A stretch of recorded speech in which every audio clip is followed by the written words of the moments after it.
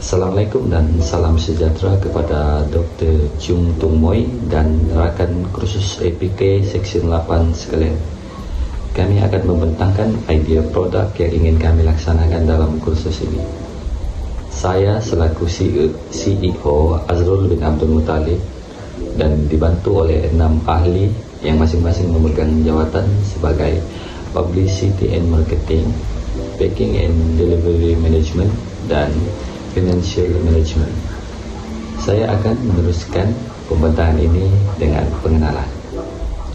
Syarikat ini ditubuhkan dengan nama panggilan Dolcezza Corporation yang membawa maksud sweetness atau kemanisan. Perniagaan ini dijalankan bagi memenuhi kemahuan masyarakat. Perniagaan ini menawarkan 2 jenis makanan, yaitu honey cornflake dan kek batik. Kami telah memilih praktikum take order and delivery. Kelebihan produk kami ini berbanding daripada produk lain adalah menyediakan combo-combo menarik kepada pelanggan. Kami juga menawarkan jualan rendah kepada pelanggan yang memilih kedua-dua produk jualan kami. Harga untuk setiap satu pembelian tidak menawarkan sembarang potongan harga kepada mereka.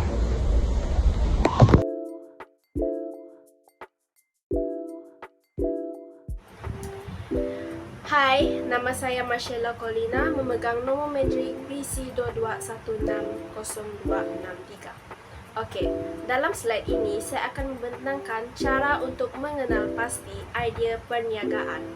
Ini berdasarkan pemerhatian haluan produk dari segi faktor. Ia mempunyai 3 faktor.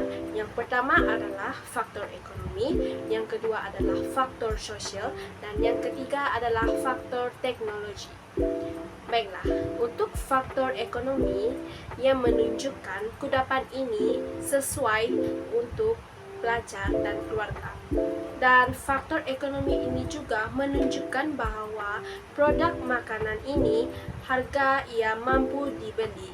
Dan yang ketiga, bahan ini juga mudah disediakan dan mudah dicari. Baiklah, yang kedua adalah faktor sosial. Faktor sosial ini menunjukkan kudapan yang senang dijumpa pada musim perayaan, terutamanya Hari Raya, Hari Gawai, Hari Keamatan, dan Hari Christmas. Dan yang kedua adalah faktor sosial ini disukai oleh orang ramai. Yang ketiga adalah menunjukkan faktor teknologi. Berdasarkan pemerhatian haluan produk ini, faktor teknologi yang kami akan sediakan adalah kami akan mempromosikan produk makanan ini di media sosial. Bukan setakat berjual di depan orang ramai, tapi kami juga akan mempromosikan produk makanan ini di media sosial kami. Dan untuk pembayaran juga kami menerima QR ataupun online banking untuk pembayaran. Sekian itu sahaja daripada saya. Terima kasih.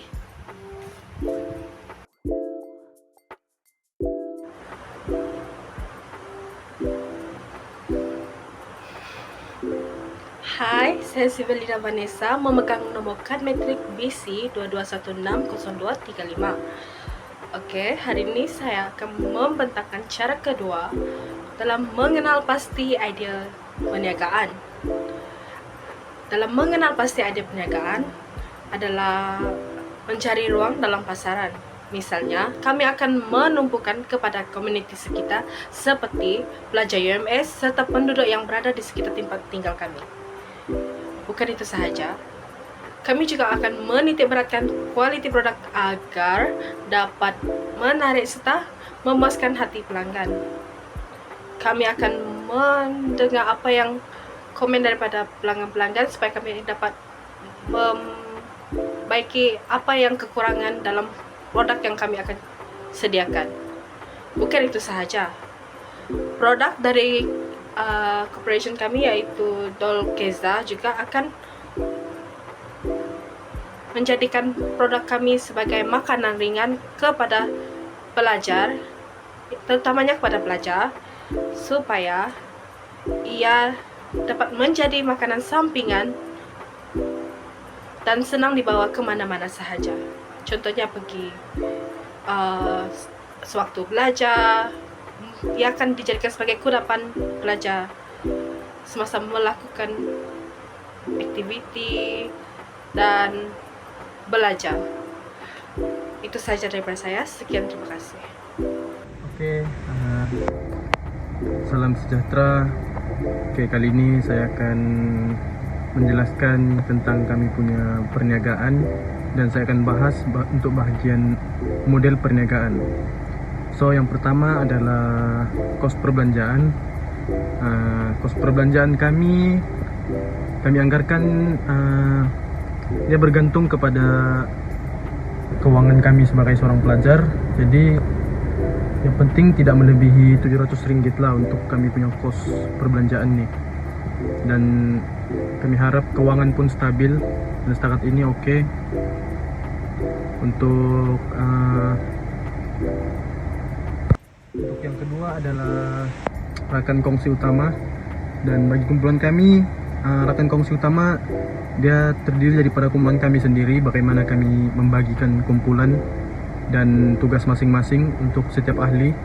Dan seperti saya sendiri, saya akan bergerak untuk memastikan bagaimana kumpulan kami cekap dalam menghasilkan segala sesuatu. Saya salah satu daripada kumpulan yang akan memastikan benda-benda begitulah. Sebab akan kongsi utama kami tidak mengambil daripada lain, semua bergantung kepada kumpulan kami sendiri, ahli kami. Dan untuk yang ketiga pula adalah sumber utama. Sumber utama kami bergantung kepada modal, tenaga kami sebagai pelajar, dan bagaimana kecekapan ahli kami dalam menyiapkan satu operasi itu. Contohnya kami siapkan satu jualan itu dalam masa yang tidak memerlukan dan tidak membazir banyak waktu. Nah, itu salah satu daripada kami punya sumber utama lah. Salah satu. Yang paling penting adalah modal. Bagaimana kami mengurus kami punya keuangan, itu adalah sumber utama. Sebab semua benda kami beli adalah memerlukan uang.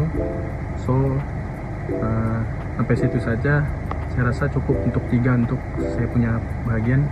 Sekian, terima kasih. Terdapat beberapa objektif pemasaran, antaranya ialah mencapai tingkat produk jualan yang tinggi. Sebagaimana yang Anda ketahui, ia merupakan objektif yang utama untuk semua para peniaga yang hendak berniaga. Selain itu, yang kedua ialah memenuhi kehendak pelanggan. Hal ini kerana kepuasan hati pelanggan adalah salah satu benda yang harus dititik beratkan agar semua pembeli dapat memberikan feedback yang positif terhadap jualan kami. Dan objektif yang ketiga adalah memastikan produk bermutu tinggi agar penjual tidak berasa rugi apabila membeli jualan kami.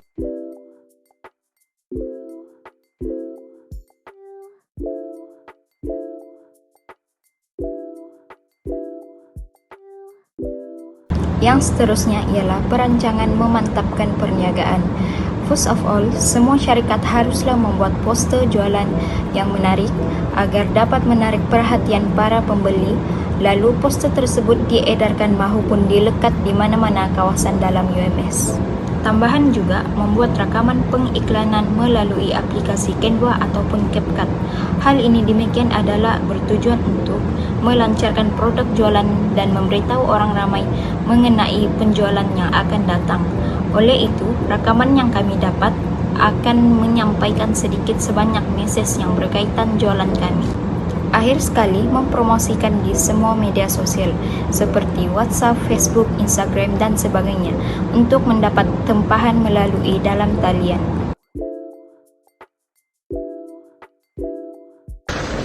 Nama saya Demensi Clarence. Risiko dalam perniagaan kami ialah risiko keuangan. Penggunaan bahan yang terlalu banyak menyebabkan kos berlebihan digunakan sehingga masalah keuangan berlaku kerana bahan yang dibeli lebih daripada bajet yang dirancang. Kedua, masalah operasi.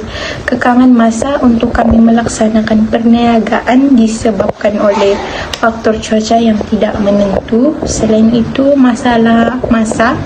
Kesukaran untuk menentukan jangka hayat produk kerana sukar untuk mengetahui ketahanan bahan-bahan produk yang digunakan.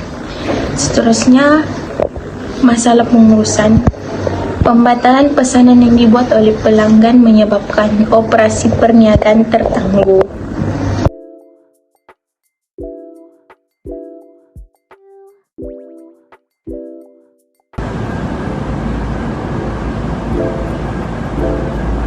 Secara keseluruhan, perniagaan yang dijalankan oleh syarikat kami memperuntukkan produk yang dijamin berkualiti dan sesuatu yang diinginkan masyarakat. Produk tersebut ialah honey cornflakes dan kek batik dengan harga mampu milik. Walaupun begitu, kelemahan perniagaan telah dikenal pasti. Namun, kami berusaha mengatasi segala hal yang memungkinkan produk yang akan kami hasilkan tidak berjalan sesuai keinginan.